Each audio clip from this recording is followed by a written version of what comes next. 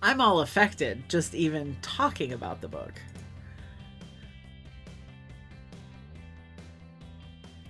Hi everybody, welcome back to my channel. It is time for me to tell you about some more interesting or anticipated coming soon releases in the book world, provided release dates don't get pushed back. So this is kind of early. Like normally I wouldn't do another anticipated releases video quite so soon, but I've been bored and I've been shopping around and I've been looking for new and interesting books. First, we have a new release by Miranda, and it comes out June 23rd. It's called The Girl from Window Hills. Yes, it's called The Girl from Window Hills. This is a story about a girl who, as a youngster, had a sleepwalking problem. And one night while she was sleepwalking during a really bad storm, she was actually swept away and went missing for a couple of days. And so it made national headlines. It was a huge story. And in order to kind of escape the spotlight, the girl grew up and assumed a different identity and moved hundreds of miles away. But the anniversary of her incident comes up. And as such, so do the sleepwalking issues. They kind of reemerge because of the stress she's under, I guess. But one night she jolts awake in her yard, and lying at her feet is a dead man that she used to know in her previous life. So I've never read Miranda, but I'd be lying if I said that that all of her books didn't intrigue me. They do. And this is just the next one that I'll need to read one day. But something that I thought you also might be interested in. Also coming out in June, on the 16th actually, is the next novel by author Jessica Barry. This is called Don't Turn Around.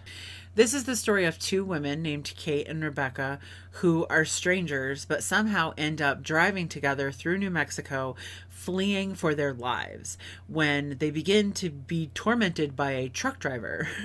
They both have secrets from their past that could be contributing to this life or death situation that they find themselves in. As the reader, we don't know what that is. The tagline for the book says 322 miles of road, 6 hours, 2 strangers, 1 killer, and too many secrets.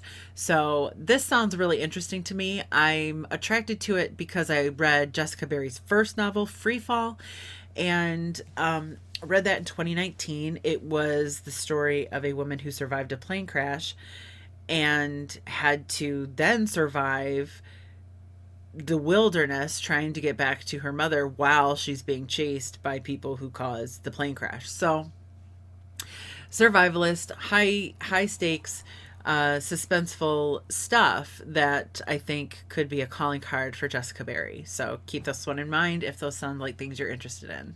Next is a book called The Wreckage, and this book comes out in June. On the 25th. So The Wreckage is the story of a man named Ben who's traveling to work one day when another man throws himself in front of Ben's car and is killed. Ben then seeks out the man's wife and 7-year-old son to try to make amends. But the synopsis implies that something about that relationship he forms with the wife and son is a little off. It says, how far would you go to make amends? And are the dynamics of this friendship exactly what they seem? And on June 30th, Riley Sager's next book, Home Before Dark, comes out. And Riley Sager's books are always a bit intriguing to me, but Home Before Dark sounds like the most up my alley of any Riley Sager book. The Final Girls definitely was.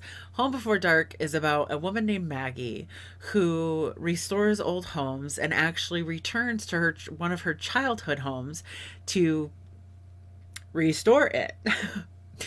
But the catch is that this particular home, she only lived in it for a few weeks before the family fled this home in the middle of the night, and her father wrote a nonfiction book about this home called House of Horrors.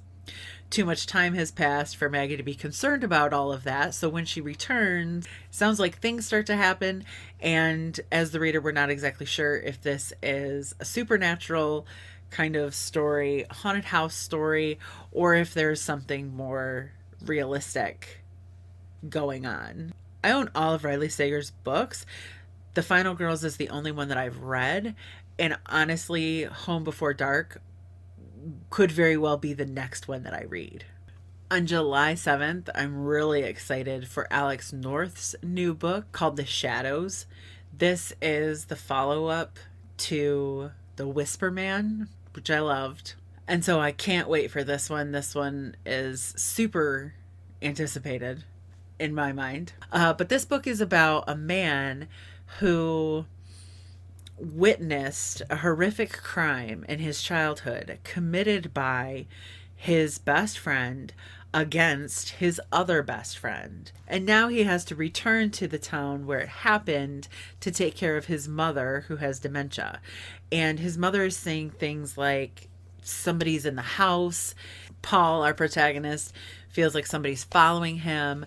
And it all starts to feel very much like that past incident. The unsettling part is that after Paul's friend had killed their friend, he disappeared and nobody ever saw him again. Pretty scary stuff. And I think we have the reappearance of a character that was in The Whisper Man. One of the detectives, I believe, is in this book. I was just really impressed with the caliber of crime thriller that Alex North wrote the first time around. So I definitely cannot wait for this one to come out.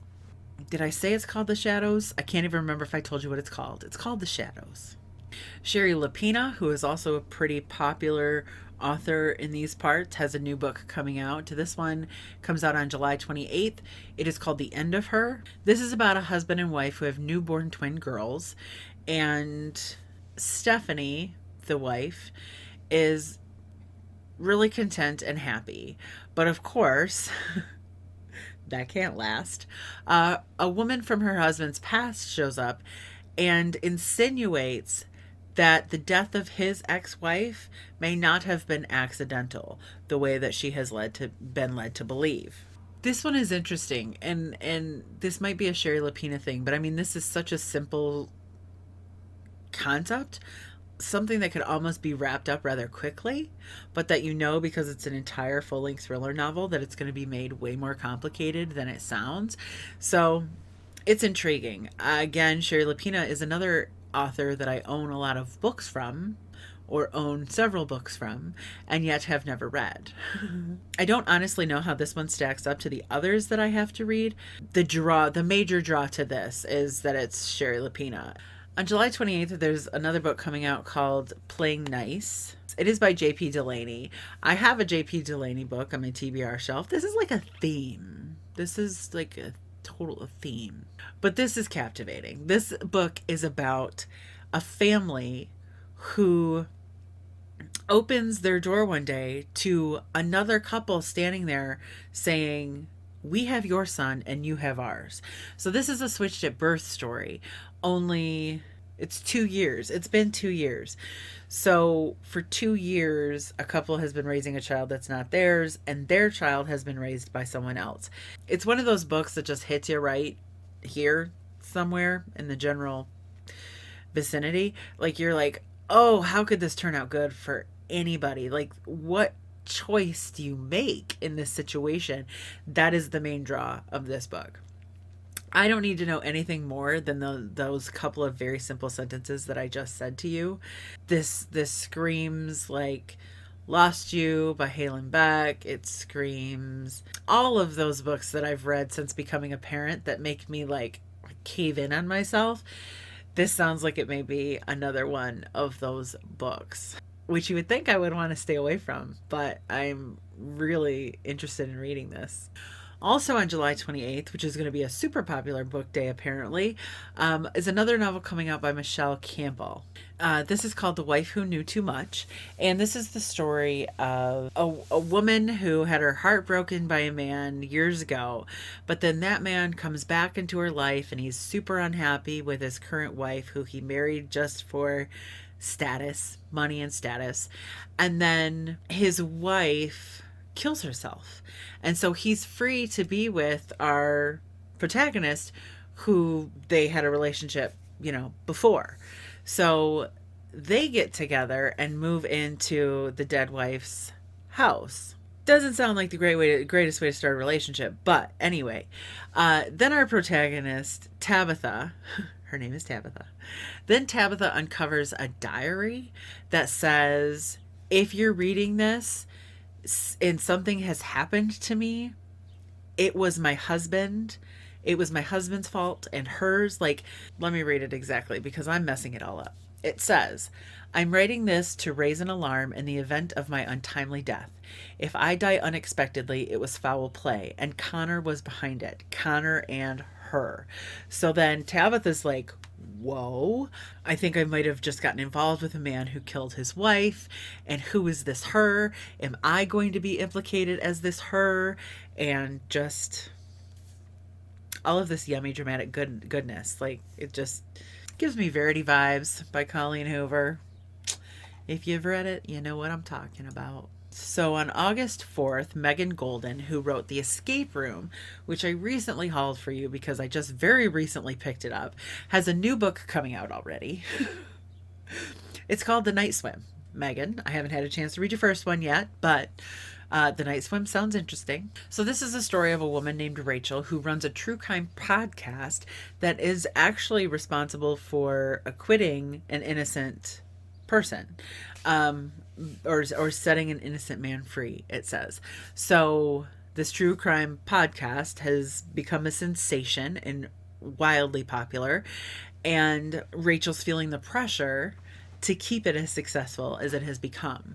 So she's getting notes on her vehicle that someone desperately needs her help to solve a 25-year-old case. She's confused because she doesn't think anybody actually knows her because she runs a podcast.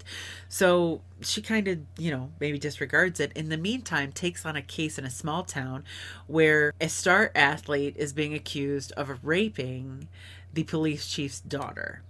And so Rachel goes there, dives into the investigation, thinks it'll be amazing content for her next season, the next season of her podcast. And meanwhile, the notes keep coming and the urgency of those notes begins to increase. And it says, this person wants a 25-year-old case solved. She's working on this present day case with this rape allegation, and then she begins to uncover some interesting connections and parallels that these two cases actually have. So kind of complicated, convoluted, a little afraid of this one being a past present alternating nightmare for me personally, not the book. I guess it's going to hinge on how much I like The Escape Room. I'm really intrigued by that one. I'm interested in this one, so we shall see. I have until August. August 4th. No pressure or anything.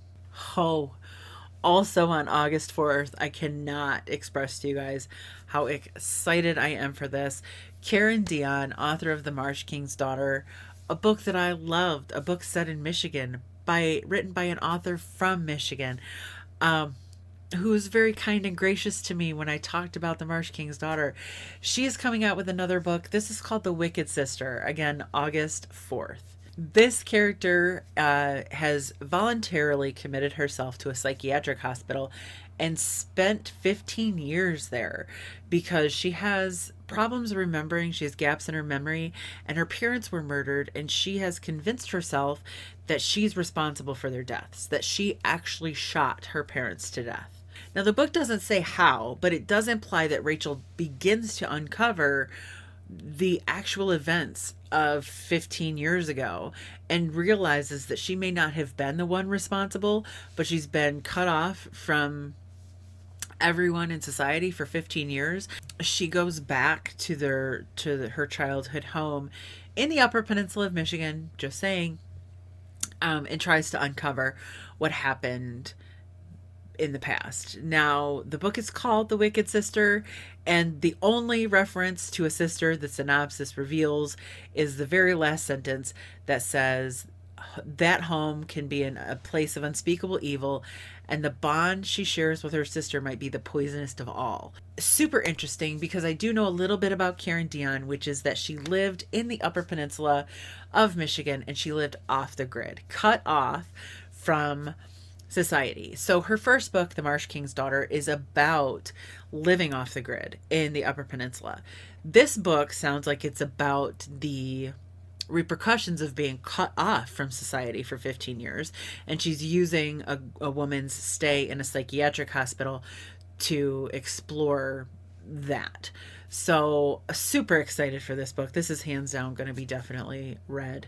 There are 3 books coming out in September that are already on my radar. The first is called 3 Single Wives, and this is by Gina LaManna. Gina LaManna. I'm going to say LaManna. Gina LaManna. Apparently this is a second novel for the author. I don't know if the first one is called Pretty Guilty Women. But this one is about 3 women, 2 of which are married, and 1 husband who's dead. It all starts with a very innocent book club. But these 3 women all participate in this book club, and they end up talking about philandering husbands. And by the end of the night, one of the husbands is dead. So we don't know how, we don't know why, we don't know who done it, and I've never heard of this author, so I'm interested in maybe finding a new one, a good one that I like, another one that I like. Also coming out in September is Ruth Ware's new novel. Lord help me, I have so many Ruth Ware books to read. But this one is called One by One. This is about a group of co-workers on a company retreat who end up getting snowed in at this ski resort. They're stranded victims of an avalanche, and they are at that point competing for survival, competing for resources, and competing for survival. This sounds seriously, again, I own several Ruth Ware novels that I've yet to read, and yet this one sounds most up my alley of any that I haven't read yet. And I think because I'm really attracted to thrillers, you know, where all of her other books tend to be mysterious. This one sounds like it's not at all, and that excites me. And also in September on the 15th is a new book by Wendy Walker. This is called Don't Look for Me. This is about a woman who disappears. Her family finds a note, and her family finds evidence of a recent hotel stay, and it's drilled down to she walked away. That people sometimes do this. They get tired of their lives and they walk away from their families and disappear and are never seen or heard from again. But the question is that really what happened to this woman? It says it has unexpected twist. It says it's a nail biter, so much more than a twisty thriller. I liked The Night Before, I believe. The Night Before, is that the Wendy Walker book? Is that what the title was? I read it as an arc. I do also have another Wendy Walker book on my shelves that needs to be read, at least one. There might be 2. So just author alone is what caught my eye, but this does sound intriguing, especially since I read and enjoyed John Marr's book called When You Disappeared, about a man that walks away from his family. So I don't know. Will it be as good? Who knows? Lisa Jewell has a new book coming out on October 13th. It's called Invisible Girl.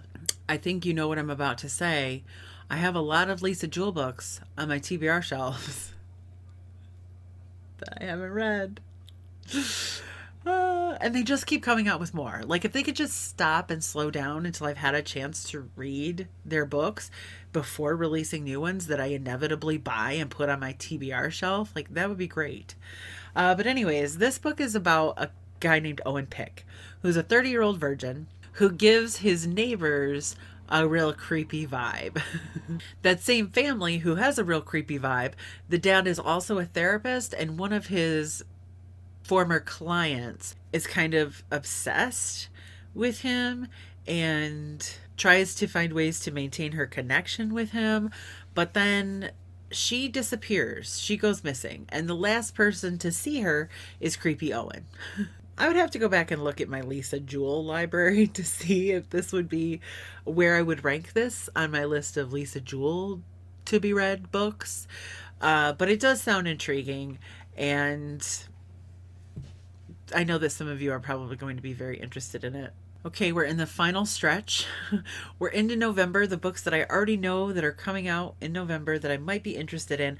The first one is by Wendy Webb, and it is coming out on November 1st. It is called The Haunting of Brynn Wilder. This is a story about a woman named Brynn who goes through some sort of tragic loss and kind of needs to get away for a while and settles in a small town on Lake Superior. And she's staying in this rental, and the other lodgers make up a whole cast of characters. But while Brynn is there, strange things starts to happen. Like the people who are also staying there, some of them know way more about Brynn than they should. Brynn starts having nightmares, and she actually becomes attracted to a guy there who people whisper maybe not so innocent when it comes to some suspicious deaths. So the tagline for this one reads, "In this chilling season of love, transformation, and fear, something is calling for Brynn. To settle her past, she may have no choice but to answer." This one just sounds creepy. This sounds very atmospheric, very speculative. Is this supernatural? Is this not supernatural? Wendy Webb. Like, yes, I have other books by Wendy Webb that no, I haven't read. Don't come for me.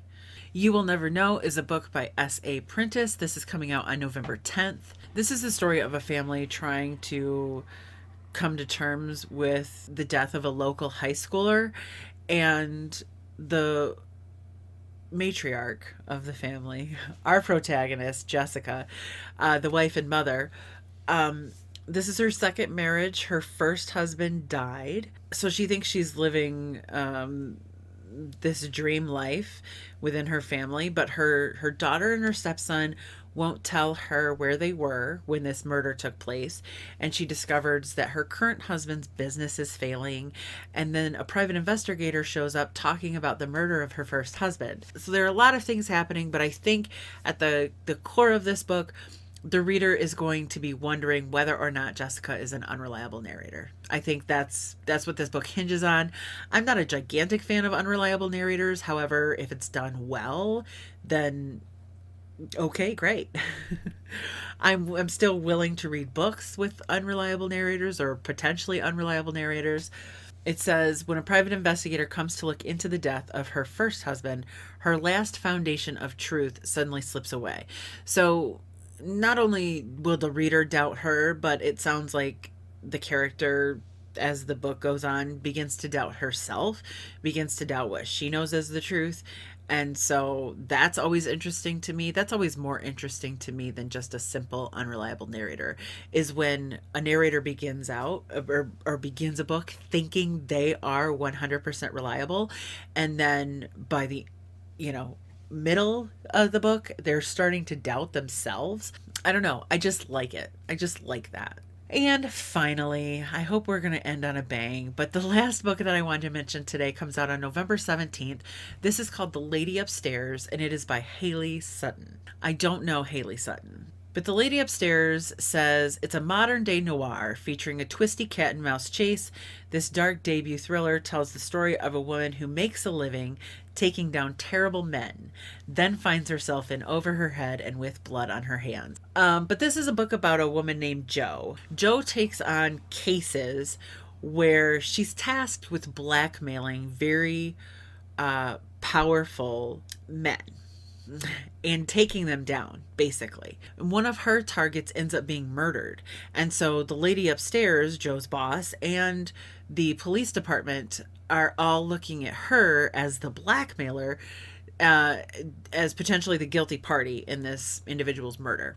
To escape consequences, she ends up, the consequences being, I don't know, lost job, going to prison. I don't know what the consequences are, but to escape the consequences of that fallout from the murdered dude, she goes up against a political figure and in turn ends up discovering some really upsetting things about the lady upstairs and her partner slash co-worker Lou.